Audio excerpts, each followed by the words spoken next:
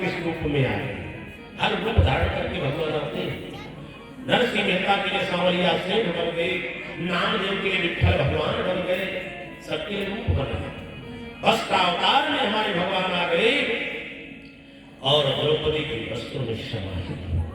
अब दुशासन ने खींचना प्रारंभ कर दिया और द्रौपदी के शरीर से जब कितने रंग की साड़ी निकल रही है, बैगनी हरी पेरी और रंग बहु तेरी, देखो हजारों रंग की साड़ी निकल रही है।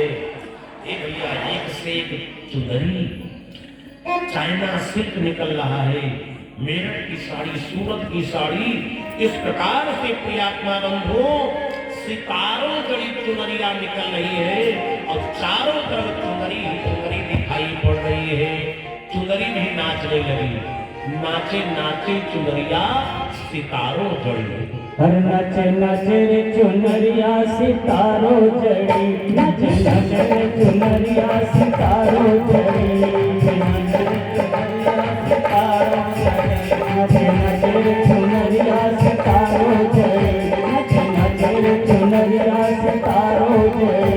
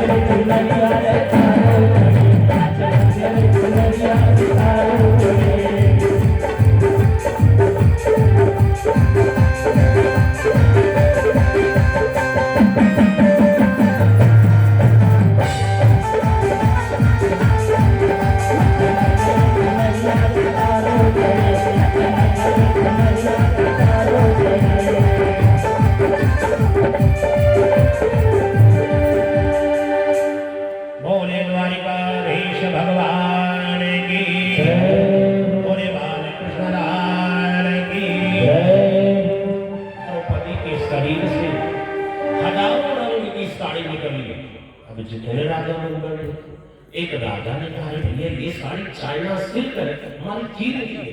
किसी ने कहा नहीं बनारसी साड़ी बनारस की। और साड़ियों से इतना तेज निकल रहा था कि जितने राजा थे जो बिल्कुल निगाह लगाए बैठे कि द्रौपदी नग्न हो जाए, उनकी दशा सुनो, आंख चकाचौंध हो गई। उधर देख रहे थे अखिलें चौंधी आ गई। कुछ राजाओं ने बोले इधर मत देखो, साड़ी से लाइट इतना तेज साड़ी। एक राजा ने कहा भैया अंबर के अंबर साड़ियों के पहाड़ लग गए, ये इतना साड़ी। एक राजा ने हल दिया, हमको तो लगता है असली द्रौपदी नहीं, मानो साड़ी की द्रौपदी बनाई गई है। एक राजा ने कहा बड़े मूर्ख हुआ, देखो द्रौपदी हंस रही, बोल रही, हाथ चला रही है, एक गुड़िया तक खेल नहीं, असली द्रौपदी। एक राजा ने कहा कितनी साड़ी का। एक राजा ने कहा लगता है वही चिड़िया की लीला है, वही कन्हैया ना बांसुरी वाला, वही कोई जादू कर दिया है। उस जादूगर की बड़ी चतुराई देखो कितनी सरल। अब जितने राजा उतने बात। एक मूर्ख राजा बैठा था, उसने कहा भैया अरे हमें तो सब पता चल। लोगों ने कहा बताओ भैया, पहले फ्री में सलाह नहीं देते। लोगों ने कहा ये सही पता चल गया, सही बात बता दी, इनाम देंगे। उसने कहा ठीक इनाम दे तो बता दे। कहा इतनी साड़ी निकलती, पहाड़ लग गया, इसलिए हमें पक्का विश्वास है कि द्रौपदी के पेट में कपड़े मिलिए ही बनी है। लोगों ने कहा बड़े मूर्ख हो, बहुत बेकमील हो सकती। उसने कहा था तुम्हारे नाना घर से साड़ी आ रही कि दादा घर से आ रही, और कहां से आ रही कोई दिखाओ। अब जितने राजा उतनी बात हो रही है कि सारी भी चुनारी है कि नारी भी चुसारी है, कि सारी ही की नारी है कि नारी ही की सारी है। भगवान तेरी माया अब कोई समझ नहीं पाया। सब लोग हैरान है कि सारी के बीच में नारी है कि नारी के बीच में सारी है। देखने वाले परेशान हैं लेकिन कोई रहस्य समझ नहीं पाया। अब दुशासन की दशा सुनो। 10,000 हाथी का बल खत्म हो गया। दुशासन क्या करता है, थक गया है, इसलिए उठत खींचत बैठत खींचत और खींचत बाहां थके हैं। 10,000 हाथी बन गए, खड़े खड़े खींच रहा था, थक गया तो बैठ के खींच लिया, और जब बैठे बैठे थक गया फिर खड़ा हो गया। द्रौपदी हंसने लगी। अब ये दुशासन ज्यादा देर नहीं खींची, इसलिए द्रौपदी ने ललकार दिया दुशासन को कि हाथ उठाई के बोलल द्रौपदी और खंजा दुशासन आगे रहे दे और छोटा परी हमारी सरिया यह काय अपने मेहरारू का दे दे। हे दुशासन तू थक गया है तो खींचना बंद। जितनी साड़ी निकली है अरे ले जाओ घर में सब स्त्रियों को बांट दो। इतना साड़ी है ना कि 7 पुष्प तक पहले कभी खत्म होने वाली नहीं। इसलिए दुशासन अब तू मेरी लाज नहीं लूट सकती। दुशासन सुन रहा था। द्रौपदी ने कहा कि कौन सा कोचन दानन से अब बातों परे पर बातों कहे दे। जैसे द्रौपदी ने ललकारा, दुशासन ने कहा द्रौपदी हमने जो प्रतिज्ञा दिया था कि तुम्हें नग्न न कर दिया तो मेरा नाम दुशासन नहीं, ये हमारी प्रतिज्ञा है। द्रौपदी ने कहा तू तो मेरी साड़ी नहीं खत्म कर सकता, तू मुझे नंगी नहीं कर सकता। ये नंगी करना चाहता ना, साड़ी खत्म करना चाहता, एक उपाय। अब दुशासन बड़े प्रेम से पूछा उपाय क्या है। तब द्रौपदी ने व्यंग कर दिया का एक व्यक्ति और बुला ले। बोले किसको बुला ले। तब द्रौपदी ने कह दिया कि तोरे भले न घटई सरिया अब अपने बपवा अंधरा का पठई रे। बड़ी बारी बारी से भगवान की राष्ट्र को बुला लो। सूरदास जी आ गए तो मेरी साड़ी खत्म होने वाली है। जैसे इतना कहा, थका था, धरती पर गिरा दुशासन बेहोश। कितने पांडव भाई कोई बेना हाँक रहा है, कोई पानी लेकर मुंह धो रहा है। लोग कहते हैं लगता है दुशासन का राम नाम सत्य हो जाएगा। हाहाकार मच गया। भगदड़। द्रौपदी वस्त्रों को समेट करके राजभवन से बाहर चली गई। देवता फूल बरसाने लगे। चारों तरफ जयकार प्रारंभ हो गया। बलि द्वारिकाधीश भगवान की इसी कवि ने बड़ा सुंदर लिखा कि काह करे पैरी प्रबल और जो सहाय जदुवीर और 10,000 गज बल घट्यो लेकिन घट्यो न 10 गज चीर। बोले द्वारिकाधीश भगवान की जय। जब भगवान रक्षा करते भैया कोई कुछ नहीं बिगाड़ सकता। 10,000 हाथी का बल खत्म हो गया और 10 हाथ की साड़ी नहीं खत्म। इसलिए किसी कवि ने लिखा कि जाको राखे साइया और मारी सके नहीं कोई और बालम न बांका कर सके कि जो जग बैरी होय। बोले द्वारिकाधीश भगवान की जय। भगवान ने द्रौपदी की लाज बचाई। तो द्रौपदी ने जैसे भगवान की भक्ति किया था ऐसे हम सबको भी चाहिए भगवान की पूजा करनी से भक्ति करना चाहिए, भगवान की स्तुति करनी। द्रौपदी ने भगवान की स्तुति किया, भगवान ने रक्षा किया।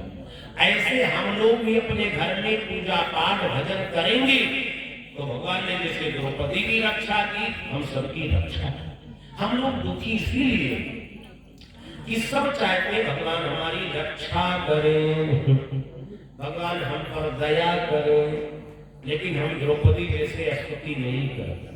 हर व्यक्ति चाहते हैं भगवान दया करें, लेकिन दया शब्द उल्ट दो। उल्ट दोगे क्या होगा? याद। जब याद करोगे तब भगवान दया करेंगे ना।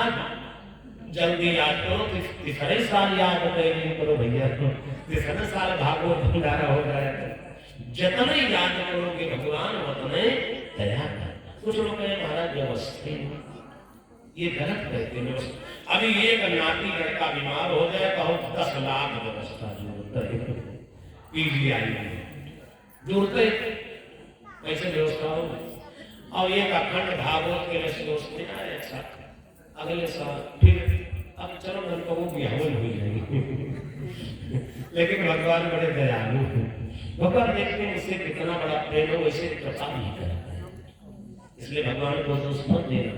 जितने भगवान को याद करोगे उतने भगवान दया करेंगे। इधर द्रौपदी की लाज बच गई। भगवान दोनों को समझाने गए भैया तुम सगे भाई जो होने की हो गई, वनवास पूरा कर लिया, इनको राजघाट वापस दे। जब इतना कहा दुर्योधन ने कहा सुनो महाराज, कहा सूचे का ब्रह्म दास्यामी और बिना युद्धेन के सवा। आपने तो आधार आते थे 5 गांव दे दो।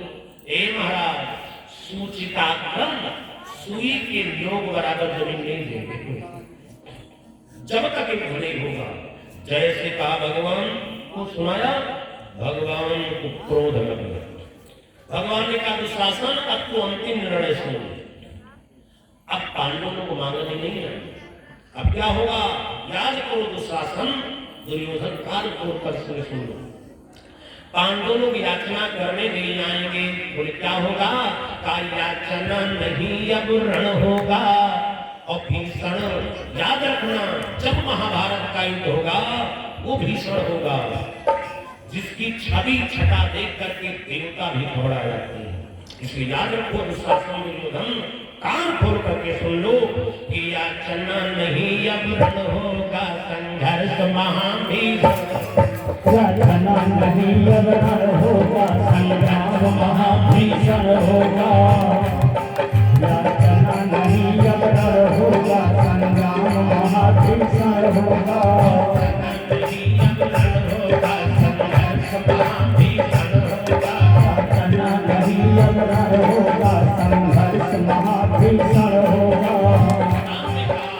कैसे संघर्ष होगा? दुशासन दुर्योधन कान खोल करके सुन ली। जब महाभारत का युद्ध होगा उस लड़ाई में जानते हो क्या परिणाम होगा। भगवान ने समझाना प्रारंभ कर दिया कि महाभारत का युद्ध होगा। दुर्योधन जानते हो कैसे लड़ाई होगी। किन्ने बलवकरों से बात लड़े और भिड़ गए सिंह मृग छानों से, और घोड़े पर घोड़े टूट पड़े, पैदल बिछ गए बिछौनों से। घोड़े पर घोड़े टूट पड़े, पैदल बिछ गए बिछौनों से। घोड़े पर घोड़े टूट पड़े, पैदल बिछ गए बिछौनों से।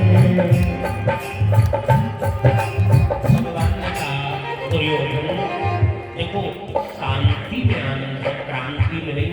जब महाभारत की लड़ाई होगी जानते हो क्या होगा। अरे हजारों लाश पड़े रहेंगे। उस समय वीरों की दशा देखोगे क्या होगा। इधर कहीं पड़ा सिर कहीं पड़ा तीर, उसकी गत पहचान नहीं। घर कहीं पड़ा सिर कहीं पड़ा तीर, उसकी कुछ पहचान नहीं। नौका ऐसा बड़ा वेग मुर्दे बह गए निशान नहीं। नौका ऐसा तेज बहा मुर्दे बह गए निशान नहीं। नौका ऐसा तेज बहा मुर्दे बह गए निशान नहीं। भगवान ने कहा दुर्योधन खून की नदी बहेगी। जब महाभारत का भी तू मान जा, महाभारत न करा दे 5 गाँव। उस समय जानते हजारों स्त्रियां विधवा हो जाएंगी। उस समय कोहराम बच जाएगा। दुर्योधन दुशासन की लड़ाई क्या साधारण समझते हो। लिखा है सुख शांति पैसा देने पर मिल जाए तो खरीद लेना चाहिए, लेकिन विवाद नहीं करना चाहिए। कोई झगड़ा विवाद होता है पैसा मुकदमा जाए पैसा देने वजह से शांति नहीं है। इसलिए शासन मान जा दुर्योधन 5 गांव दे दे, मां की धन्ना कर। नहीं जानते हो हजारों बाल विधवाएं घूमेंगी, उनकी नदी बहेगी। उस समय कोहराम मचेगा कैसे कि कोई भर व्याकुल आहरा, कोई था निकल करा। कोई भर व्याकुल आहरा, कोई था निकल करा रहा। कोई चिल्ला चिल्ला रहा। दोनों के लटपट लोगों से कोई चिल्ला चिल्ला रहा। दोनों के लटपट लोगों से कोई चिल्ला चिल्ला रहा।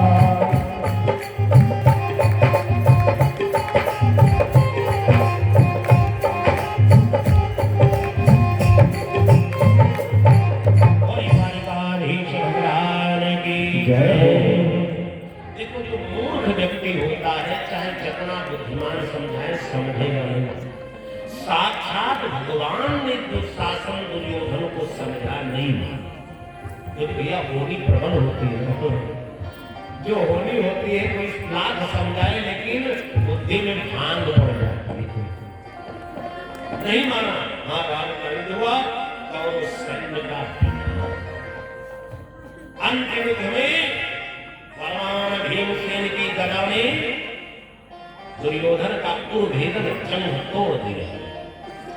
घायल अवस्था में दुर्योधन करा है। याद आ गया वो बात जो भगवान ने बताया था कि महाभारत में ही दशा होगी। दुर्योधन करा है, व्याकुल है। बड़े बड़े जानवर गिद्ध आकर के झपटते मुर्दा समझ के नोचने दौड़ते हैं और सबको हाँकते हाँकते दुर्योधन संतस्त हो। रक्त रंजित शरीर है, लाश पड़ी है, सियार नोच के खा रहे। सायंकाल का समय है, उसी समय स्वस्थाना को अरे मित्र तुम्हारी बहनों को मैंने देखा रात सब आज तुम्हारी ये दशा। दुर्योधन के नेत्र ने कहा हाँ मित्र, हे बेटे तुम्हारी अंतिम इच्छा क्या है। मित्र हमारी अंतिम अब क्या इच्छा है। दुख तो यही है कि 5 भाई पांडव सब सुरक्षित है। हम 100 भाई थे, 100 के 100 मर गए। अरे एक पांडव मर जाता तो शांति मिल जाती। अश्वस्थामा ने कहा बस यही अंतिम इच्छा। अरे हम 5 का सिर काट पाए। चल दिया अश्वस्थामा। पांडव लोग शिविर में सोने जा रहे थे। भगवान ने बोला पांडव आज शिविर में नहीं सोना है। देव ने कहा प्रभु अब क्यों नहीं सोना। पूरा शत्रुओं का नाश हो चुका। विजय मिल गई, कोई दुश्मन ही नहीं बचा। तो शिविर में आनंद से सोए ना, पैर पसार के। भगवान ने कहा आज नहीं सो, बोले तब का तो पेड़ के नीचे। ये का धन्य हो महाराज, खड़ में सो पेड़ के नीचे। धर्मराज ने कहा जो प्रभु कहते हैं इसको मानो, भगवान है ना, अपने से बड़ी की बात मानना चाहिए। पांडव चले गए पेड़ के नीचे सोने के लिए, और शिविर में 5 सैया लगी थी पांडवों की, और पांडवों के 5 लड़के को उठा करके अपने पिता के सैया पर सो गए। आधी रात का समय ही अस्वस्थमा पहुंचा करवाया, और 5 बालकों का सिर लेकर के दुर्योधन मित्रों मेरे 5 पांडवों का सिर, जय से दुर्योधन हाथ से पकड़ा, बाबा ऋषि फट गए। दुर्योधन ने कहा हे अश्वत्थामा, ये पांडवों का सिर नहीं है, पांडवों का सिर तो वज्र के समान। थोड़ा और समय बीता, प्रातःकाल होने लगा, देखा नहीं ये तो द्रौपदी की 5 पुत्र, ये पांडवों के पुत्र का सिर है। जैसे देखा दुर्योधन हमारे क्रोध की करवाए, मूर्ख भाग जाए यहाँ से, तूने तो नाश कर दिया, हमारे कुल खानदान में कोई बचे नहीं था, और पांडवों का नाश कर दिया, कोई पानी देने वाला भी नहीं बचा। अब अस्वस्थामा भगा वहां से। इधर प्रातः काल का समय है, और भगवती द्रौपदी पहुंच गई शिविर में बच्चों को जगाने के लिए। और जैसे द्रौपदी अपने पुत्रों को जगाने पहुंची कि माता शिशूना निधनम सुताना, जब मैया पहुंची सैया पर देखा रक्त रंजित खून से लखा पर सिर कटा, बेहोश हो गई, चीख मार करके चिल्ला करके रोना, और जैसे रोना प्रारंभ किया पांडवों लोग दो पड़े। भगवान ये दृश्य देखा, अर्जुन ने कहा प्रभु क्या करूं, मेरा तो नाश हो गया, 5 पुत्र वो भी मार दिए गए। भगवान ने कहा जानते हो किसने क्या रथ पर अर्जुन बैठे, भगवान रथ लेकर अश्वत्थामा का पीछा किया। अश्वत्थामा ने ब्रह्मास्त्र छोड़ा, अर्जुन ने ब्रह्मास्त्र छोड़ा।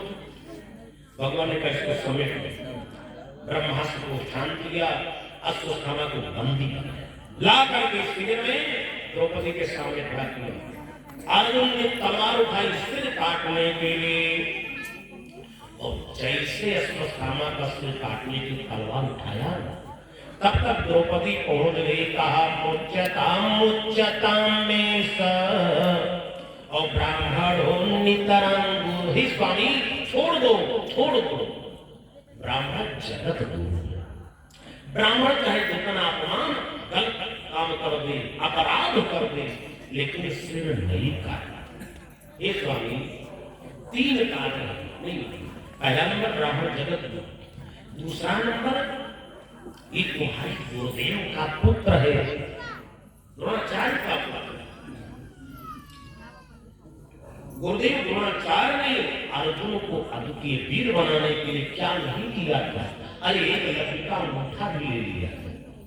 और इतना ही नहीं, द्रौपदी ने कहा स्वामी हमारा पुत्र मरा है, मुझे पीड़ा है, मैं जानती हूँ पुत्र शोक सम शोक नहीं, तो जो मुझे दुख प्राप्त हुआ मैं नहीं चाहती कि किसी माँ को झेलना पड़े, क्योंकि द्रोणाचार्य तो मर गए हैं ना।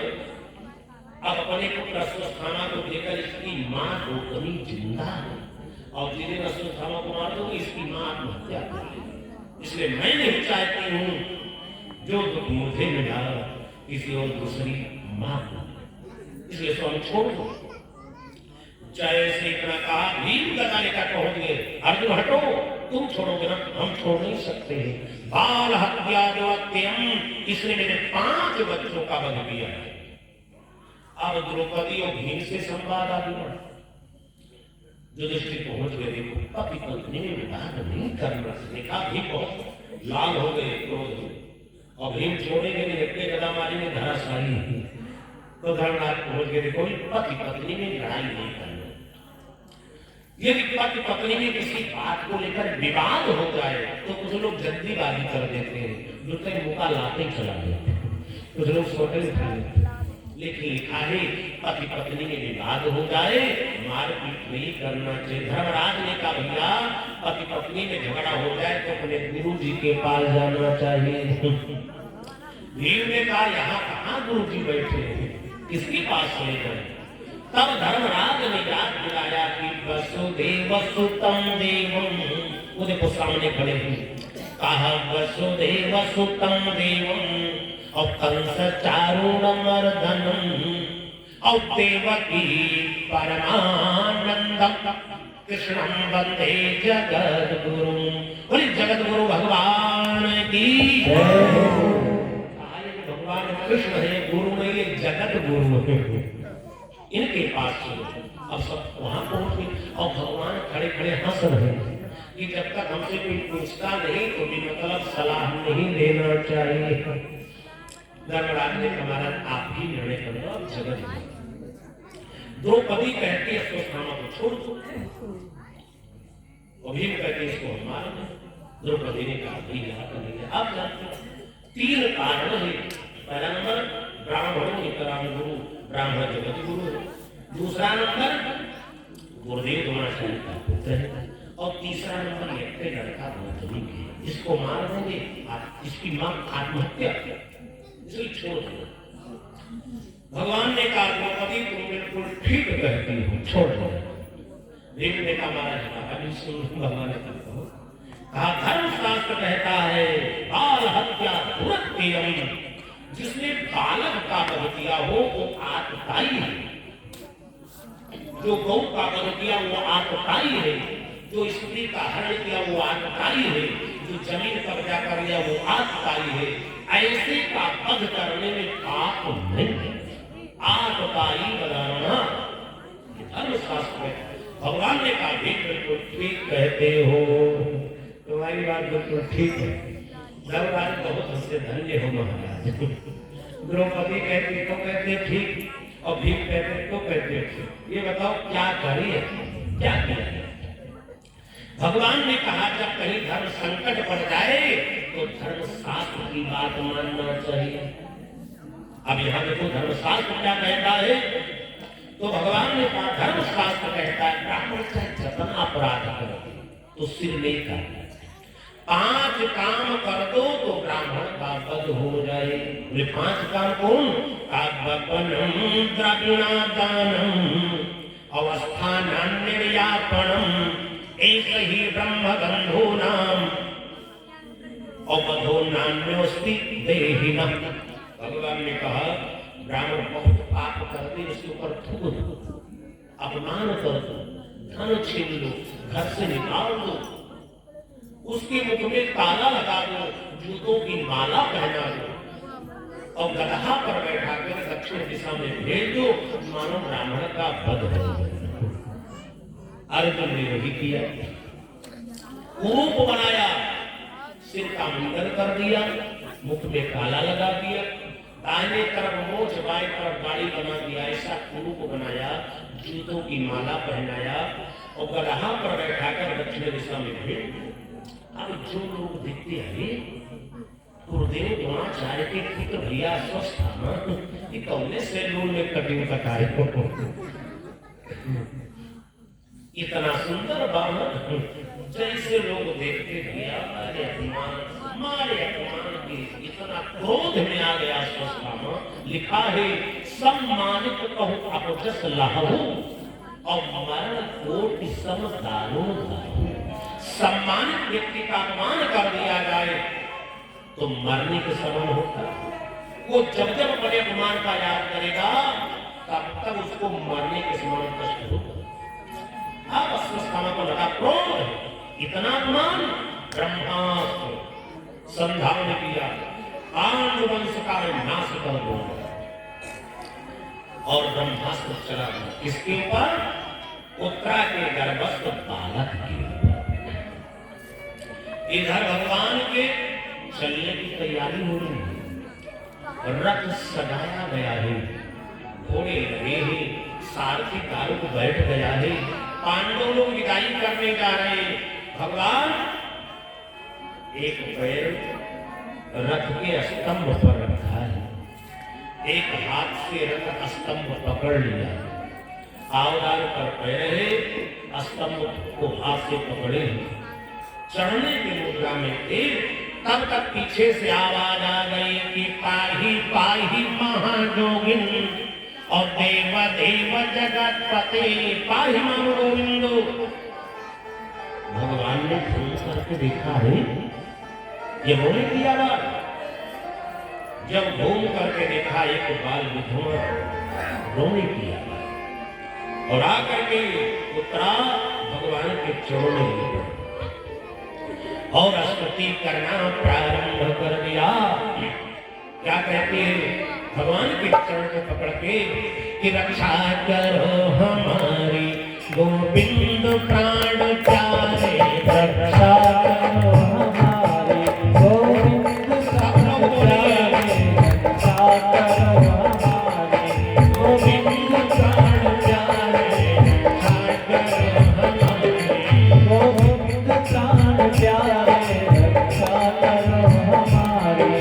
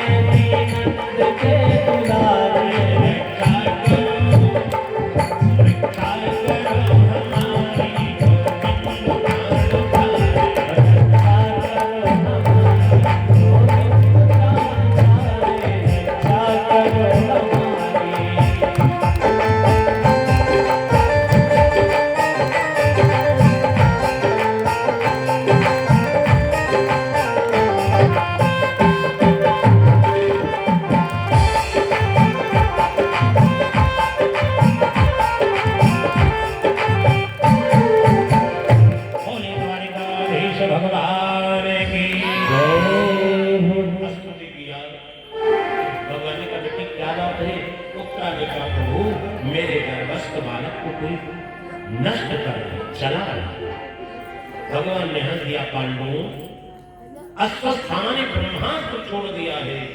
अब तो पांडव लोग हे द्वारिकाधीश, अब हमारे कुल दीपक को बचाओ। अब क्यों उत्तरा के पेट में जो बच्चा है ना वही कुल दीपक है, कुरुवंश का नाश होगा। ये बच्चा कहीं खत्म हो गया, पांडव वंश का नाश। इसलिए आप ही रक्षा करो। पांडव लोग रोने लगे, भगवान का घबराओ नहीं, हम है ना भगवान जिसकी रक्षा करके कौन मार सकता है। भगवान गतयात चक्रो सूक्ष्म रूप बना करके उत्तरा के गर्भगृह में प्रविष्ट हो गए, गर्भ में प्रवेश कर गए और सुदर्शन चक्र लेकर के परीक्षित की रक्षा करना प्रारंभ कर दिया। ब्रह्मास्त्र से कालांतर में समय पूर्ण हुआ, उस बालक का जन्म हुआ और उसी बालक का नाम पड़ा परीक्षित। द्वारिकाधीश भगवान की। परीक्षित का मतलब होता है प्रकृष्टेन हरिणा रक्षिता इति परीक्षिता।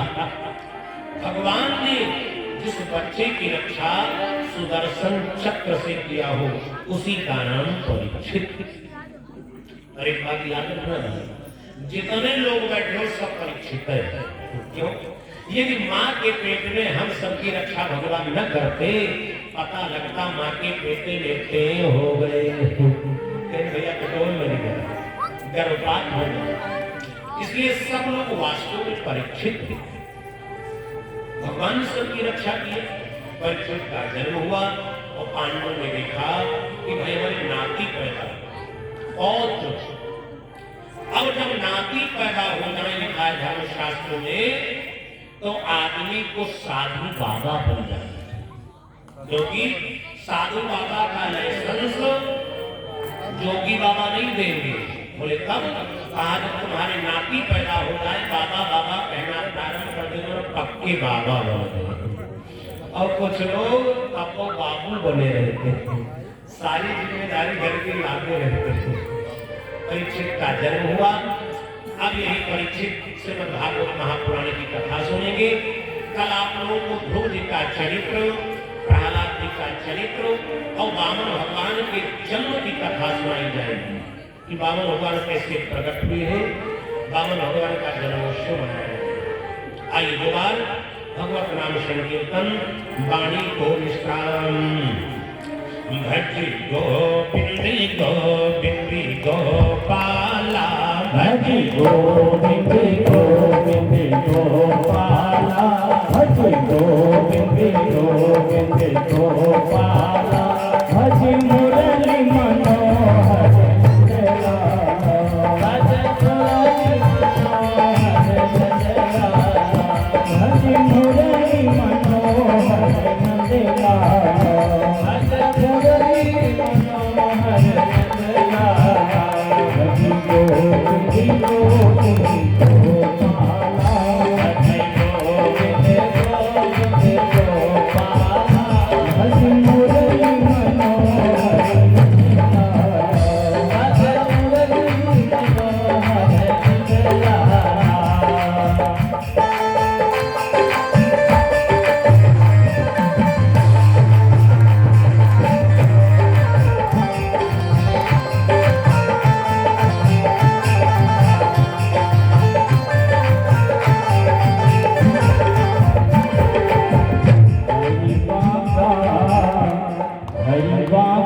हरि की बाकी मुरलिया, हरि बाबा हरि की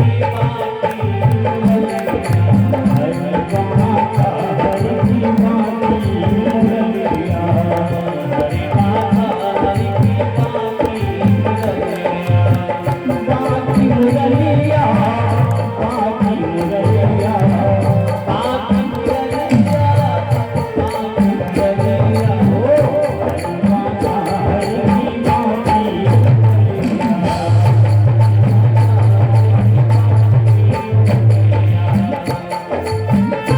मुरलिया,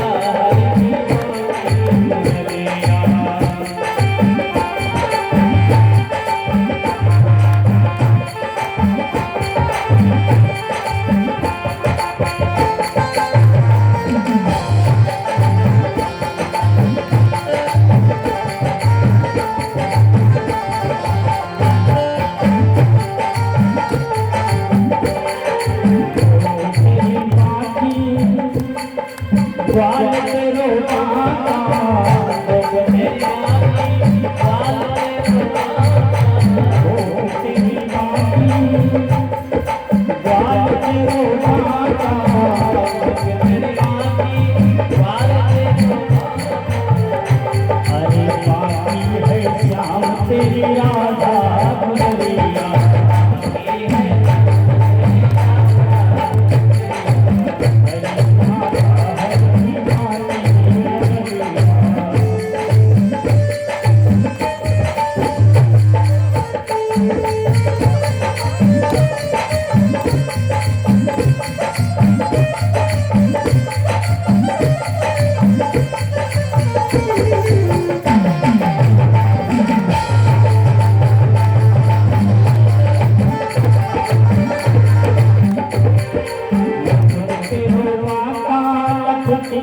तेरो बाकी तेरो बाबा तेरो बाबा मुकुट तेरो बाका मुक्ति तेरो बाकी मुकुट तेरो बाबा बाकी है श्याम अरे बाकी है श्याम तेरी